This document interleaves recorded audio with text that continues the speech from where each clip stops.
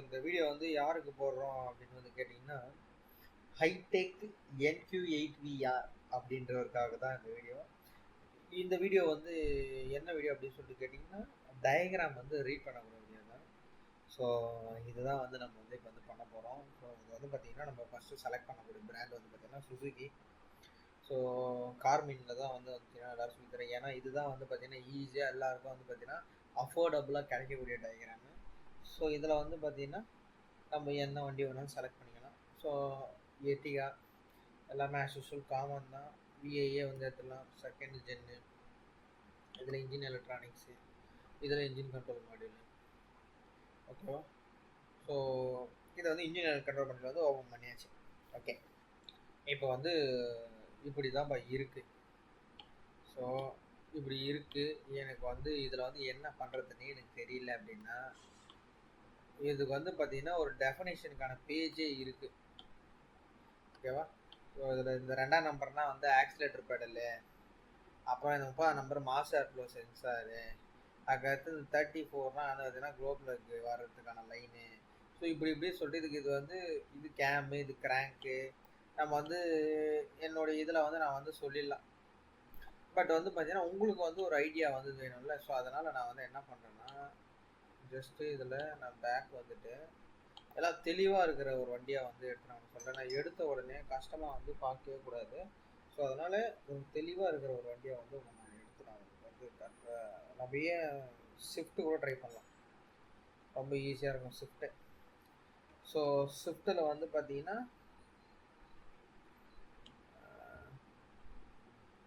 12 to 14 இருக்க desire.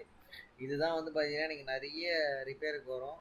So நம்மளுக்கு வந்து இதில் நம்ம தெரியாது டீசல் மோஸ்ட் ஐகானிக்காக நிறைய டீபோர்டுக்கு போன வண்டி தான் இந்த டீசல். ஸோ அந்த டீசலில் தான் இப்போ வந்து இன்றைக்கி நம்ம வந்து டயக்ராம் வந்து எப்படி ரீட் பண்ணுறதுன்னு சொல்லிட்டு பார்க்க போகிறோம்.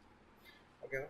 ஸோ இதில் வந்து ஃபஸ்ட்டு சரி, இந்தமாரி 2 டாட் வச்சு ஒரு எஸ் சிம்பிள் போட்டிருக்குல்ல அப்படின்னா ஃபியூஸ். இதை ஃபஸ்ட் ஞாபகம் வச்சுங்க. இது இந்த டயக்ராம் இல்லை, எந்த டயக்ராம் இருந்தாலும் அதுவே இந்த ஃபியூஸ் இப்படி சின்னதாக இந்த மாதிரி சின்னதாக ஒரு எஸ் போட்டு வச்சுன்னா இது மைக்ரோ ஃபியூஸு, இது கேட்ரேஜ் ஃபியூஸு. இந்த 2 எஸ் வந்து தெரியுமா, இப்படி வந்து அது கேட்ரேஜ், அதாவது ஹையர் கரண்ட் அதில் போகுதுன்னு சொல்லிட்டு அர்த்தம்.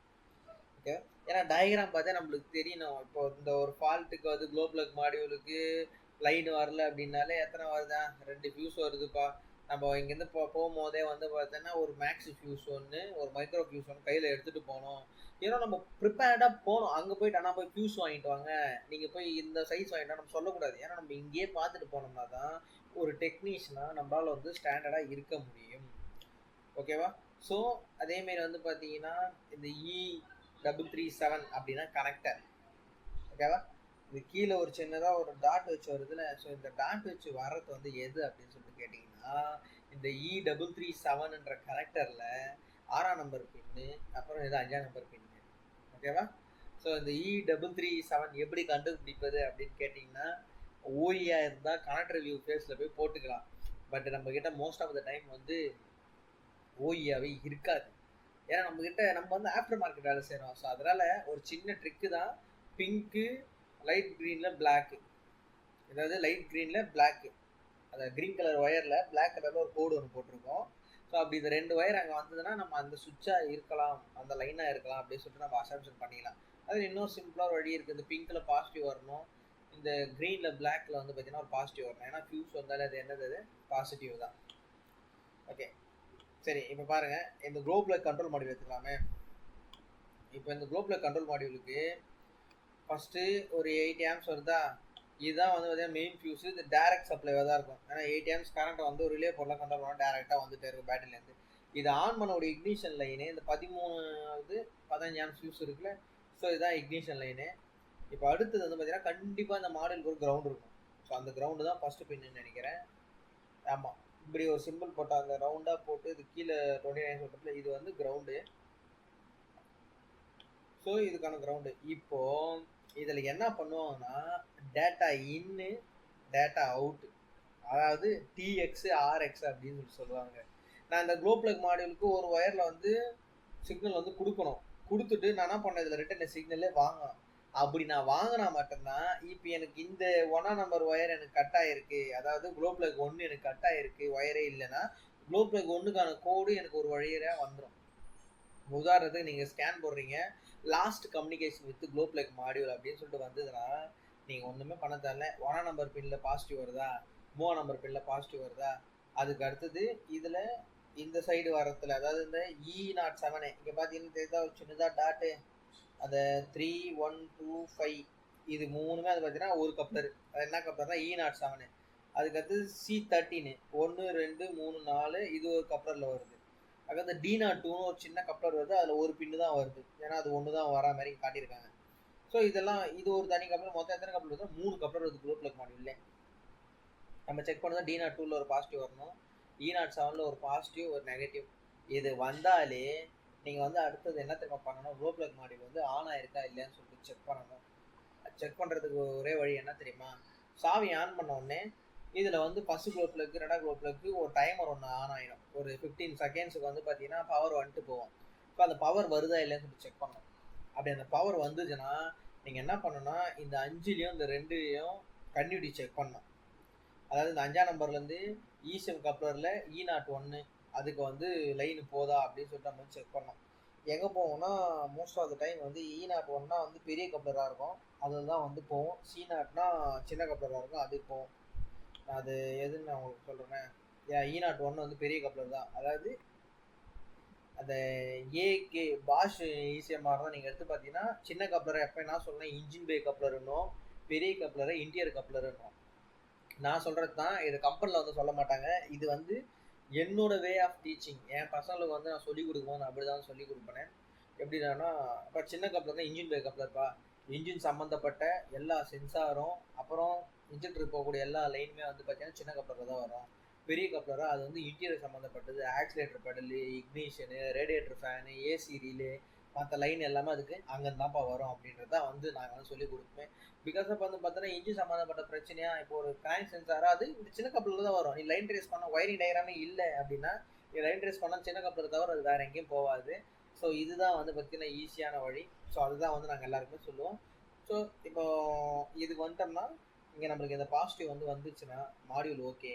ஸோ மாடியூல் ஓகேன்றப்போ நம்ம இந்த 5, 2 அது E01 கப்ளரில் 68க்கு 73 வந்து கன்டினியூட்டி வருதா அப்படின்றத நம்ம செக் பண்ணணும். இதுதான் ஒன்று ஃபஸ்ட்டு ரொம்ப ரொம்ப இம்பார்ட்டண்ட்டே இதுதான். ஸோ அடுத்தது இப்போ வந்து உங்களுக்கு ஏதோ ஒரு பர்டிகுலர் சென்சாருக்கு மட்டும் ஃபால்ட்டு, ஏதாவது பர்டிகுலர் சென்சார் இப்போ இந்த accelerator pedal position sensor fault. சரி, ஸோ இதில் நான் இப்போ எப்படி கண்டுபிடிக்கிறது எது கிரவுண்டு எது சிக்னலு அதாவது எது ரெஃபரன்ஸு அப்படின்னீங்கன்னா இதில் ஒரே ஒரு ட்ரிக்கு சொல்கிறேனே. எப்போவுமே சரி இந்த மாதிரி ஒரு அம்புக்குறி போட்டு ஒரு சின்னதாக ஒரு ஏரோ மார்க் வந்து ஒரு ஒயரோட கனெக்ட் ஆகிருந்ததுன்னா அதுதான் சிக்னல். ஏன்னா அந்த ஏரோ மார்க் என்ன, அது ஓப்பன் க்ளோஸ் டைரக்ஷன் போட்டிருக்காங்கன்னா கண்டிப்பாக அது மூவ் ஆகும், வேரியேஷன் வரும். அப்போது இதில் 6வது ஒயர் சிக்னலு, இதில் 3வது ஒயர் சிக்னலு. அப்போ பவர் கிரவுண்டு எதுவாக இருக்கலாம், 2ஆக இருக்கலாம், 4ஆக இருக்கலாம், இல்லைன்னா 1ஆக இருக்கலாம், 5ஆக இருக்கலாம். அது டிபெண்ட்ஸ் அப்பான் வெஹிக்கிளை பொறுத்து மாறும். நம்ம அதை வச்சே வந்து நம்ம சொல்லிக்கலாம். ஓகேவா? ஸோ இந்த ரெஃப்ரிஜரேஷன் சென்சாரில் எடுத்தால் கூட இந்த 1ஆம் நம்பர் வந்து பார்த்தீங்கன்னா இங்கேருந்து வருது, ஒரு ரெஜிஸ்டருக்கு ஒன்று போகுது, அப்புறம் இங்கே வந்து போட்டிருக்காங்க ஒரு ரெகுலேட்டர் ஒன்று வருது. மேபி இது பவராக இருக்கலாம், இந்த சைடு இது ஒரு கிரவுண்டாக இருக்கலாம் 2ஆம் நம்பரு, இந்த 3ஆம் நம்பர் வந்து சிக்னலாக இருக்கலாம். ஸோ நம்ம வந்து இப்படி தான் வந்து எல்லாத்தையும் வச்சு ஐடென்டிஃபை பண்ணுற மாதிரி இருக்கும். ஆனால் நம்மளுக்கு என்ன தெரியும்னா கரெக்டான ஒயரிங் கலரா, இது இந்த வண்டிக்கான டயக்ராமா. ஸோ அதனால தான் எப்பவுமே வந்து பார்த்தீங்கன்னா கரெக்டான இயரை வந்து செலக்ட் பண்ணிவிட்டு அதுக்கேற்றா போல் வண்டியும் நீங்கள் செலக்ட் பண்ண இயரும் சேமா, அதேமாரி இதில் வர கலர் கோடும் அதில் வர கலர் கோடும் சேமா அப்படின்றத பார்த்துட்டு தான் டயக்ராம் வந்து ரீட் பண்ண போகணுமே. சரி, ஸோ இப்போ அடுத்தது இதில் வந்து ரொம்ப ரொம்ப இம்பார்ட்டண்ட்டானது டயக்ராம் பார்க்குறோம் எல்லாருக்கும் தெரிய வேண்டியதுன்னா இப்படி வந்து வந்தால் கிரவுண்டு. ஓகே, அது எனக்கு தெரியும். சரி, இதில் இது ஏபிஎஸ் கண்ட்ரோல் யூனிட் போட்டு ஒரு சின்னதாக கண்ணு மாதிரி போட்டு பார்க்குற மாதிரி பார்த்துக்கிறாங்களே, இதுதான் வாட்ச் டாக் லைனு. அதாவது இந்த லைனில் வர டேட்டாவை ஏபிஎஸ் கண்ட்ரோல் மாடியூலும் பிசிஎம்மும் வாட்ச் பண்ணுது.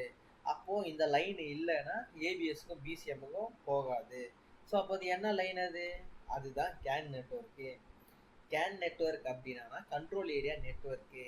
அதாவது ஒரு எலக்ட்ரானிக் கண்ட்ரோல் மாடியூல் இன்னொரு எலக்ட்ரானிக் கண்ட்ரோல் மாடியூல் கிட்ட வேகமாக பேசிக்கக்கூடிய நெட்வொர்க் பேர் தான் கேன் நெட்வொர்க்கு. இதுக்கு முன்னாடி கே லைன்லாம் வந்து யூஸ் பண்ணாங்க. பட் இப்போ அந்த கே லைன்லாம் வந்து போயிடுச்சு.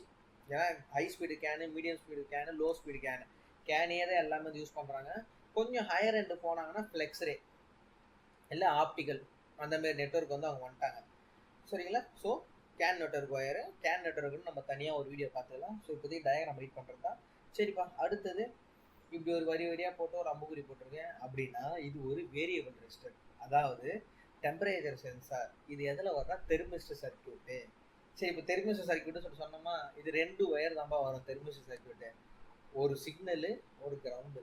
இதை நல்லா புரிஞ்சுக்கிங்க. தெர்மிஸ்டர் சர்க்கியூட்டோட ஏதாவது ஒரு சென்சாருக்கு ஏதாவது ஒரு ஒயர் ஷேர் ஆகிருக்குன்னா அது கிரவுண்டாக தான் இருக்கும். சிக்னல் வந்து எப்போவுமே என்ன ஆகாது? இன்னொரு சென்சாருக்கு ஷேர் ஆகாது. இதுதான் வந்து ரொம்ப ரொம்ப ரொம்ப மைண்டில் வந்து வச்சுக்கணும். எந்த சென்சாருடைய சிக்னலும் இன்னொரு சென்சாரோட போகாது. அது எல்லாமே இண்டிவிஜுவல் லைனாக தான் இருக்கும். ஓகேவா? ஸோ இதுதான். ஸோ மற்றபடி வந்து பார்த்தீங்கன்னா இந்த டயக்ராம் ரொம்ப காம்ப்ளெக்ஸ்லாம் கிடையாது. உங்களுக்கே பார்த்தாலே தெரியும். AC compressor relay. அதுக்கடுத்து இந்த மாரி காயில் மாரி போட்டிருந்தா ரிலேவை ஆன் பண்ணக்கூடிய சைடு, அதாவது இந்த 1ன்றது 85, 3ன்றது 86, 2ன்றது 87, 4ன்றது 30. நம்ம நார்மல் ஸ்டாண்டர்ட் ரிலே டைப்பில் வந்து நான் உங்களுக்கு வந்து அதை நான் சொல்கிறேன். ஓகேவா? ஸோ இதை ஞாபகம் வச்சிங்க. நீங்கள் டேரெக்ட் பண்ணும்போது எந்த சைடு டேரெக்ட் பண்ணால் 2 4க்கு தான் ஒரு ஒயர் போட்டு டேரெக்ட் பண்ணணும். ஏன்னா அதான் சுவிட்ச் வருது, அங்கே டேரெக்ட் பண்ணால் 1 3 டேரெக்ட் பண்ணிங்கன்னா ஈஸியாக அதை முடிஞ்சிடும். இதெல்லாம் ஞாபகம் வச்சுங்க. ஏன்னா ஒரு டைம் வந்து செக் பண்ணும்போது இதெல்லாம் வந்து நிறைய பண்ணக்கூடிய தப்பு. நீங்கள் அப்படி பண்ணுறதுனால தான் ஈசிஎம்மில் இருக்கிற பவர் ஐசி வந்து பேர்ன் அவுட் ஆகிடும். ஓகேவா? ஸோ இதான் வந்து ரொம்ப ரொம்ப ஈஸி. மற்றபடிலாம் வந்து இந்த டயக்ராம் ரொம்ப காம்ப்ளெக்ஸ்லாம் இல்லை. ஸோ இந்த வீடியோ பிடிச்சிருந்தா லைக் பண்ணுங்கள், ஷேர் பண்ணுங்கள். அப்புறம் உங்களுக்கு இந்தமாரி ஏதாவது ஒரு வீடியோ வேணுன்னா கமெண்ட் பண்ணுங்கள். நீங்கள் பண்ணக்கூடிய ஒரு சப்ஸ்கிரைப் தான் எங்களுக்கு வந்து அடுத்தடுத்து வீடியோ பண்ணுறதுக்கு மோட்டிவேஷனாக இருக்கும். ஸோ இவ்வளோ நேரம் இருந்து இந்த வீடியோ பார்த்ததுக்கு ரொம்ப நன்றி. Thank you guys. கண்டிப்பாக நான் அடுத்த வாட்டி இன்னொரு நல்ல வீடியோவில் வந்து உங்களை நான் சந்திக்கிறேன். நன்றி.